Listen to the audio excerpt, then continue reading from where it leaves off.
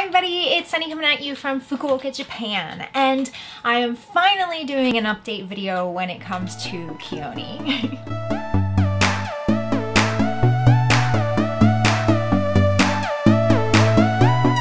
A lot of you guys saw my last video and the one on Rachel and June's channel where I was talking about Khione's different special needs when we got her because she was a puppy mill mom, and I also talked about the fact that she was getting surgery. So I've been posting a ton of updates on my Instagram stories as well as on the GoFundMe page for all the amazing people that donated and are being so supportive. It's absolutely amazing. But yeah, I wanted to do a video to update everyone else who maybe doesn't have Instagram and didn't donate but still wants to know what's going on with Khione. She had her operation on July 19th and it was so stressful.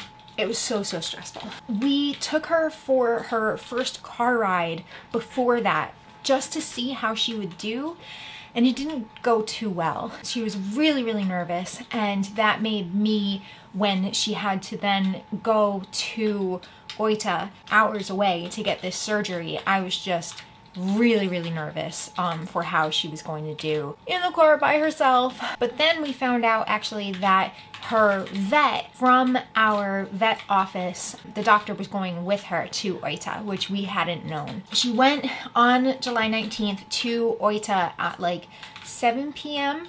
and then the surgery started at maybe 9 p.m. or so. We were trying to wait up, but we weren't going to find out how it went and what happened until after she got back here to Fukuoka. At like 3 a.m. we finally had to go to bed. I was trying to wait up to hear how everything had went because I was crying. I was a mess. For some reason, I was convinced that because I made the decision to get this surgery done that wasn't completely necessary to be done right now, that something horrible was going to happen and that she wasn't going to make it through the surgery or like something. I was just convinced, and I was crying and I was having panic attacks, and yeah, it was not fun. But we got an email at around 5 a.m. saying that she was back in Fukuoka at the vet and she was resting, that she got through all of it and she did a really good job, and that we could see her that morning because it was 5 a.m. So, you know, we ended up going in just a few hours later when they opened, and she had everything wrapped in a cast, but you could tell she was still really kind of drugged up and she was really out of it. But as soon as I saw her, she stood up, and she, you know, wasn't used to using this leg anyway, so she stood up and she tried coming out of, you know, it was like a little steel cage and they opened the door and I sat down on the floor and she just crawled into my lap right away. And she did that the first few times that I visited. I visited her every single day, sometimes more than once a day. When they opened up Khione's leg, they actually saw that, and I don't know why they couldn't see this in the x-rays, I guess the angle that it was at, but what they thought had happened with her broken bones didn't happen. What actually happened was, yes, they broke, but they slid up and there was a bunch of excess bone on top of bone, like overlapping. What they did was they used a saw and they sawed that extra bone, slid it back down, sawed the two ends off, and then connected that. So they didn't actually need the cadaver bone, which is absolutely amazing, you know? So there's still multiple breaks and there's two metal plates in her leg. One is on top and then one is on the side. They're connected like 90 degrees and they're both screwed into her leg. So instead of needing 3 operations, now she just needs 2. So one's done, We need one more. And that second one is when we're going to get her fixed. And the first few days she was, you know, she had the cone on and she had a cast covering her, but the swelling was getting pretty bad, so they ended up taking the cast off of her to allow it to breathe and let the swelling go down. The day that she got her cast removed, she had the hard cone on, and the hard cone kept hitting into her stitches and kept like pulling at it.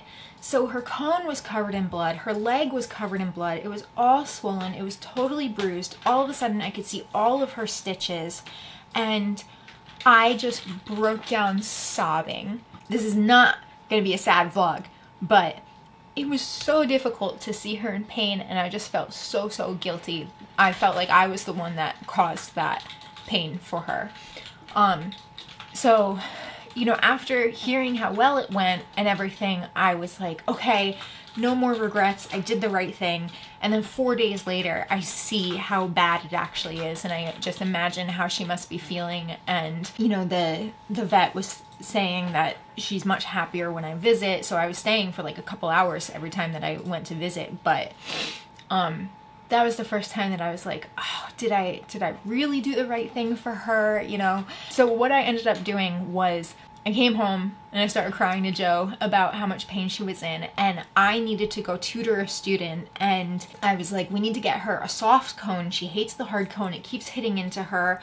I talked to the vet in completely broken Japanese about putting just a soft sock or something, so that way she could still swell but nothing was hitting it. And then if we got the soft cone, maybe she would be more comfortable, and then it wouldn't be hitting it either. I wasn't able to get it, so Joe immediately went and got it and brought it to her as soon as he was able to, which was really good. And then she was, you know, more comfortable again.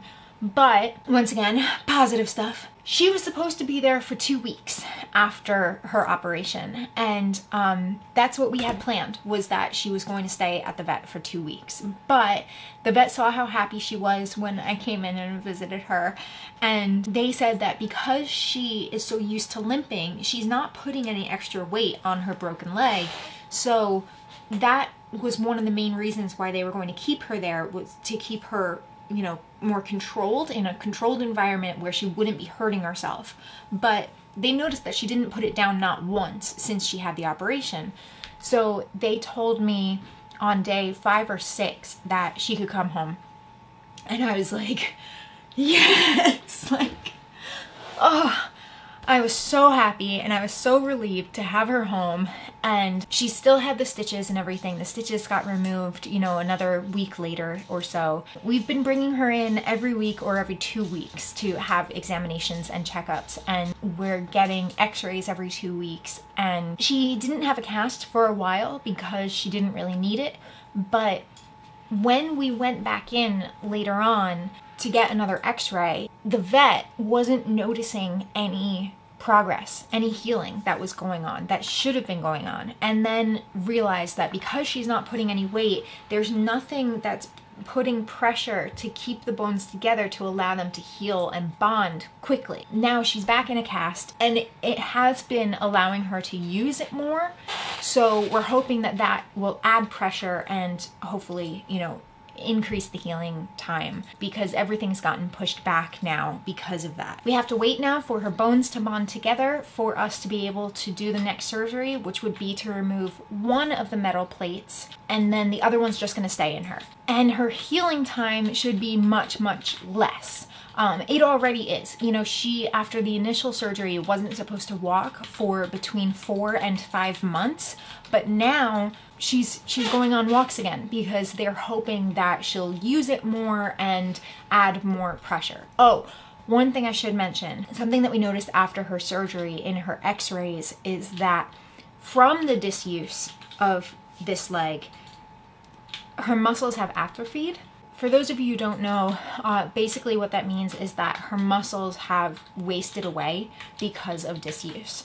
So her one leg has a normal amount of muscles, and her other leg, the one that we're trying to encourage her to use to speed up the healing process, just doesn't have that. It just means that after the break heals, we're gonna have to now do physical therapy with her, whether that be water therapy or something else. Right now we're just doing walks to try to get her to use that leg, but because it is probably really exhausting for her, she is disinclined to use it a lot. So we try to do like 2 15-minute walks a day, and we're trying to build up her stamina and see what we can do. But first priority is going to be the bone, and then we can work on her muscles. So that's pretty much it for the medical updates. Thank you so much for watching. If you have any more questions about Khione, please comment below and I will try to answer everything. Also, I kind of, now that she's comfortable here, wanted to maybe start doing some videos involving her. Like, I'd really like to do a dog IQ test and see where she ranks. And I don't know, different things like that, like buying dog stuff off of Wish or something, because we still have, like, I want to get her a raincoat, and there's a few other things that I thought maybe I could get for her on there.